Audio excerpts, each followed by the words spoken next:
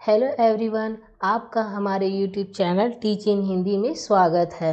आज हम इस वीडियो में हिंदी व्याकरण के महत्वपूर्ण टॉपिक क्रिया का अध्ययन करने वाले हैं। इस वीडियो में हम ये जानेंगे कि क्रिया क्या है, क्रिया के कितने भेद हैं और उनके भेद को किस तरह से पहचाना जाए, उसकी ट्रिक हम आज इसमें जानेंगे। अगर आपने अभी तक हमारे चैनल टीच इन हिंदी को सब्सक्राइब नहीं किया है तो अभी तुरंत ही हमारे चैनल टीच इन हिंदी को सब्सक्राइब जरूर कर लें। तो आइए देखते हैं हम क्रिया क्या है। क्रिया कोई भी वाक्य क्रिया के बगैर नहीं बन सकता। जैसे आप कोई कार्य कर रहे हैं या कर चुके हैं या करने वाले हैं, वही क्रिया कहलाती है। जैसे कि अभी आप इस वीडियो को देख रहे हैं, इस वीडियो को देख के अगर नोट्स बनाएंगे, उसको समझ रहे हैं, तो वो भी एक क्रिया ही है। इसको हम परिभाषा समझते हैं। जैसे जिस शब्द के द्वारा किसी कार्य के करने या होने का बोध होता है उसे क्रिया कहते हैं। जैसे कि पढ़ना, खाना, पीना, जाना, ये सारी चीज़ें क्रियाएं ही हैं। धातु, क्रिया के मूल रूप को ही धातु कहते हैं। जैसे कि हमने अभी जाना क्रिया क्या है, पढ़ना, खाना, पीना।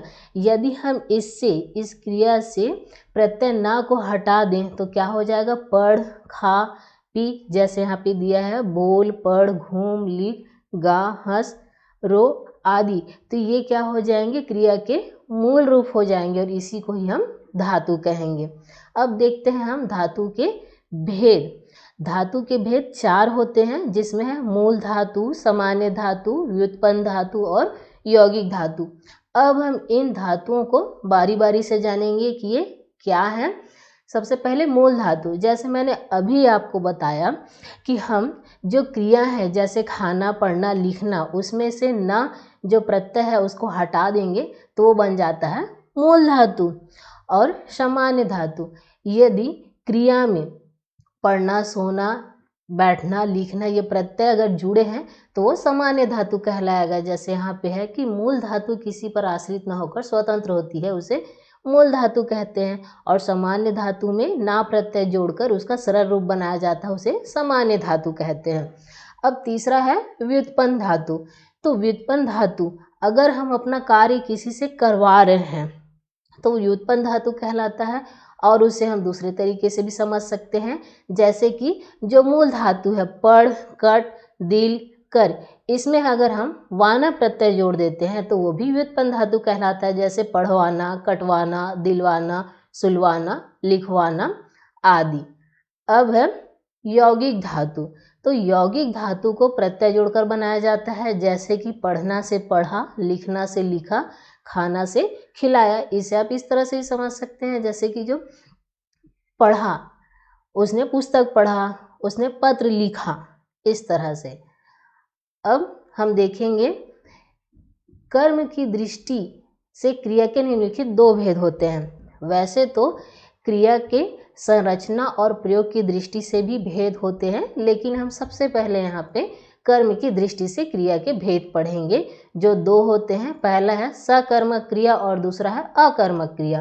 तो जैसे आप यहाँ नाम से ही देख रहे हैं सकर्मक क्रिया, कि जिस क्रिया के साथ कर्म जुड़ा हो वो सकर्मक क्रिया कहलाता है, और जिसमें क्रिया के साथ कर्म नहीं जुड़ा हो वो अकर्मक क्रिया कहलाता है। आप इसे परिभाषा में देख सकते हैं कि वाक्य में जिस क्रिया के साथ कर्म भी हो तो उसे सकर्मक क्रिया कहते हैं, या फिर वे क्रिया जिनको करने के लिए हमें कर्म की आवश्यकता होती है वो सकर्मक क्रिया कहलाती है।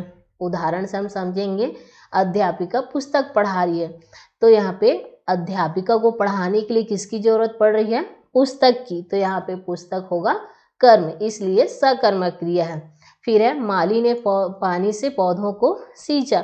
तो यहाँ पे माली को सींचने के लिए पानी और पौधे, 2 चीज़ों की जरूरत पड़ रही है। यहाँ पे 2 कर्म है, पानी और पौधे। और इसका जो कर्ता यहाँ पे है अध्यापिका और माली, तो इनका जो प्रभाव है, सीधा प्रभाव कर्ता पर सीधा फल पड़ता है, इसीलिए ये सकर्मक क्रिया है।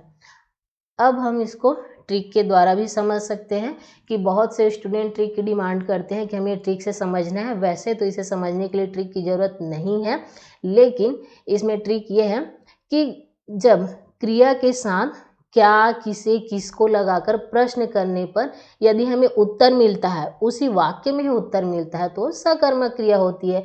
जैसे यहाँ पे हरीश फुटबॉल खेलता है, तो यहाँ पे आपको एक ध्यान रखना है कि क्रिया इसमें है खेलना, तो क्रिया के साथ हम प्रश्न कर रहे हैं। जैसे कि यहाँ हरीश फुटबॉल खेलता है, तो हरीश क्या खेलता है, तो हमें इसी वाक्य में उत्तर मिल रहा है फुटबॉल खेलता है।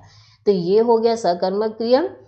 फिर मनीषा खाना पकाती है, मनीषा क्या पकाती है, खाना पकाती है, इस वाक्य में हमें इसी का उत्तर मिल रहा है। फिर हनुमान सीता को लाएगा, हनुमान किसे लाएगा, तो सीता को लाएगा। राम रावण को मारता है, राम किसको मारता है, तो यहाँ पे रावण। तो ये फुटबॉल, खाना, सामान, शिकार, सीता, रावण, यहाँ पे ये सारे कर्म हैं, इसलिए सकर्मक क्रिया है। अब है सकर्मक क्रिया के भेद। तो इसके दो भेद होते हैं, पहला है एक क्रमक क्रिया और दूसरा है द्विक्रमक क्रिया।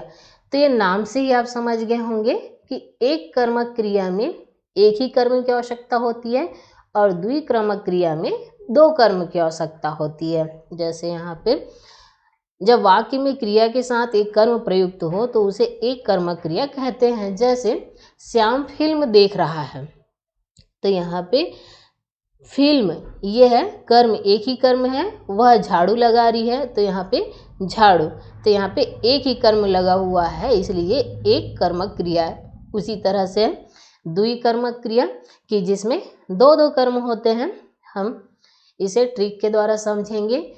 इसमें जो द्विकर्मक क्रिया होता है उसमें पहला कर्म प्राणीवाचक होता है और दूसरा कर्म अप्राणीवाचक होता है। जैसे श्याम अपने भाई के साथ फिल्म देख रहा है, तो यहाँ पे भाई ये पहला कर्म है और फिल्म जो है वो दूसरा कर्म है। तो जो पहला वाला कर्म है प्राणीवाचक है और दूसरा नहीं है। इसमें कोई वस्तु भी हो सकती है, जैसे विकास रमेश की गाड़ी चलाता है, रमेश और यहाँ पे गाड़ी, ये दोनों कर्म है। राम रावण के मुकुट को गिराता है और शुभम कालू की पतंग उड़ाता है। तो यहाँ पे देखिए कालू और पतंग, यहाँ पे ये दो कर्म है।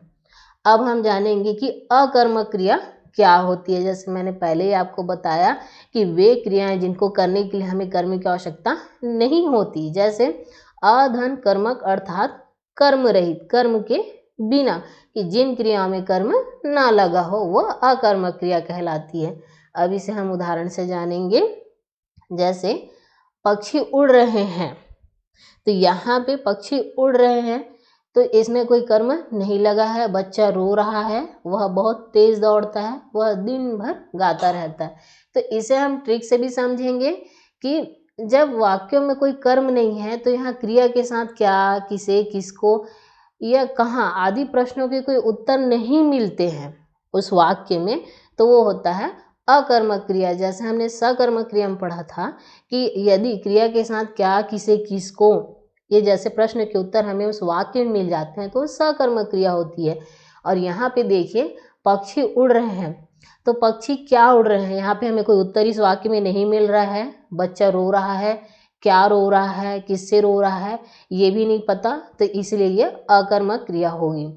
अब है कुछ अकर्मक क्रियाएं इस प्रकार है, जैसे तैरना, कूदना, सोना, ठहरना, उछलना, मरना, जीना, बरसना, रोना, चमकना आदि। क्यों? ये अकर्मक, इसमें कर्म की जरूरत ही नहीं है, क्योंकि तैरना स्वाभाविक है, पानी में तैरते हैं, सोना बिस्तर में सोते हैं, इसलिए इसमें अलग से हमें कर्म की जरूरत नहीं होती। इसलिए ये जो क्रियाएं हैं वो सारे अकर्मक क्रियाएं हैं।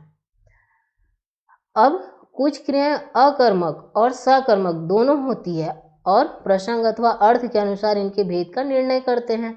जैसे यहाँ पे हम चार्ट के माध्यम से देखेंगे अकर्मक क्रिया और सकर्मक क्रिया। यहाँ पे हम अकर्मक क्रिया को सकर्मक क्रिया में बदल सकते हैं। जैसे उसका सिर खुजलाता है, अब यहाँ पे हमें इसे सकर्मक क्रिया बनाना है, तो वह अपना सिर खुजलाता है, यहाँ पे कर्म जुड़ गया।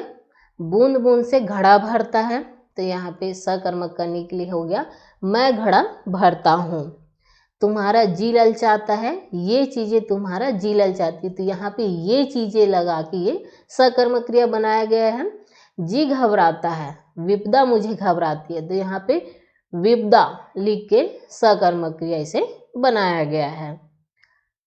अब हम देखेंगे कि संरचना या प्रयोग के आधार पर क्रिया के भेद हमने पहले पढ़ लिया है। अब ये हमने कर्म के आधार पे क्रिया के भेद पढ़े। अब यहाँ पे है संरचना या प्रयोग के आधार पर क्रिया के भेद, जिसमें पूरे 11 भेद हैं। सामान्य क्रिया, संयुक्त, नाम धातु, प्रेरणार्थक, पूर्वकालिक, तात्कालिक, अनुकरणात्मक, सहायक, सजातीय, समस्त और विधि क्रिया। कि हमने कर्म की दृष्टि से क्रिया के भेद पढ़े, 2 भेद पढ़े, सकर्मक और अकर्मक, और उसको पहचानने की ट्रिक भी बहुत ही अच्छे और सरल तरीके से जाना, और अकर्मक क्रिया से सकर्मक क्रिया को कैसे बदला जाता है वो भी जाना। अब ये है संरचना या प्रयोग के आधार पर क्रिया के भेद। तो इसके बारे में हम अपने नेक्स्ट वीडियो में पढ़ेंगे, क्योंकि ये बहुत ही लंबा वीडियो हो रहा था और मैं चाहती हूँ जिस तरह से आपने अभी कर्म के आधार पर क्रिया के भेद को बहुत ही सरल और आसान तरीके से समझा, उसी तरह से संरचना या प्रयोग के आधार पर क्रिया के भेद को बहुत ही सरल और आसान तरीके से समझें।